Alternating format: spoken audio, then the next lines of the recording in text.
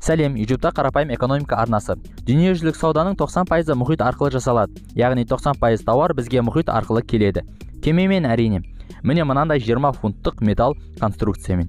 Бұл контейнер. Оған 22 тонна жүк тиеуге болады. 20 мың контейнер тиелген кемеде қанша экипаж болады деп ойлайсыз? Жауабы 20 адам. 20 адам 20 мың контейнерді әлемнің бір нүктесінен екінші нүктесіне жеткізеді. Солай әлем бойынша 180 миллион контейнер жылына 811 миллиондық трафик жасап, дүниежүзілік сауданың қан тамырлары сияқты әсер етуде. Бүгінде сол 180 миллион контейнер аздық етуде, контейнер тапшылығы сезілуде.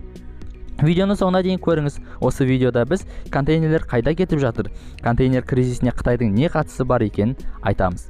Контейнерлер кризисі қалай басталды?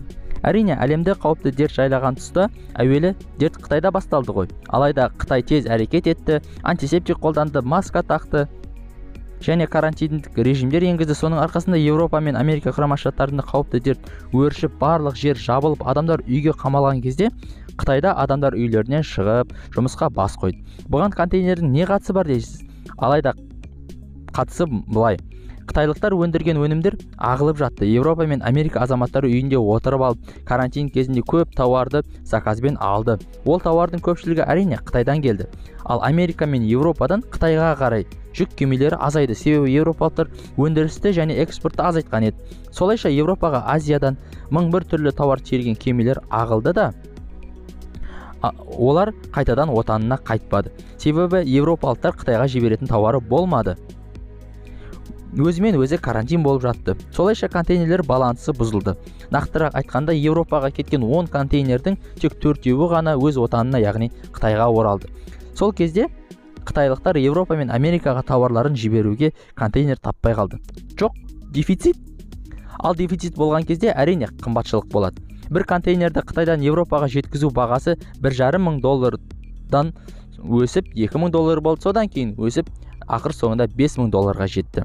Сонда баға 4 есе өсті. Қызығын қараңыз, бір контейнерді Шанхайдан Роттердамға жеткізу $8,400.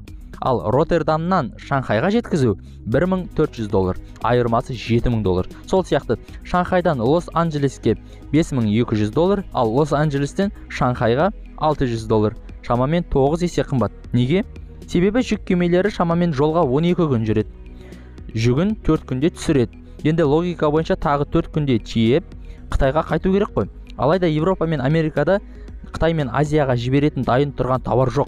Сол себепті кеме иелері Қытайға бос кете салғанды жөн көреді. Тағы бір қызық факт. Әлемдік сауданың 12% Суэц каналы арқылы өтеді. Немесе мұхитта жүзіп жүрген контейнерлердің 30% осы Суэц каналы арқылы өтеді. Ақшамен айтқанда, осы 120 миль қашықтықтан күніне $9 миллиард тауар жүзіп өтеді. Егер осы Суэц каналы туралы видео көргіңіз келсе, арнаға тіркеліңіз, алдағы уақытта жасайтын боламыз. Сонымен, Қытайда контейнерлер жетпей жатса, жаңа контейнерлер жасаса болады ғой? Әрине, жасап жатырда. Байқасаңыздар, видеоның басында контейнерлердің отаны Қытай дедім. Себебі әлемдегі контейнерлердің 85% Қытайда жасалады. Алайда контейнер жасау өте баяу жүруде. Бұған Америка Қытайды айыптайды. Себебі тауар қанша қымбаттаса да оның соңғы ақшасын төлейтін тұтынушы ғой, яғни Америка немесе Еуропа елдері. Америка бұл дефицитті Қытай әдейі жасап отыр дейді. Тіпті контейнерлер өндірісіне тергеу жүргізуде. Мұның қазақтарға не қатысы бар? Бізде мұхит жоқ деуіңіз мүмкін, алайда кеме жолы тасымалдауы қымбаттаған тұста әуе тасымалдары мен темір жол тасымалдары да қымбаттады. Ешбір ел әлемдік саудадан бас тартып бөлек кете алмайды. Ал Қазақстанға мұның еш қажеті жоқ. Озық дамыған ел боламыз десек, әлемдік саудаға еніп қана қоймай, өз елімізді, өнімімізді дамытуымыз керек. Біз әлемге не береміз? Не өндіре аламыз деген тақырыпта видео көргіңіз келсе, видеоның астына комментке өз ойларыңызды қалдырыңыз. Амандық болса, патша көңілді көрермен сұраса жасаймыз. Арнамызға өтіп басқа да видеоларды көріңіз. Бұл видео осымен аяқталды.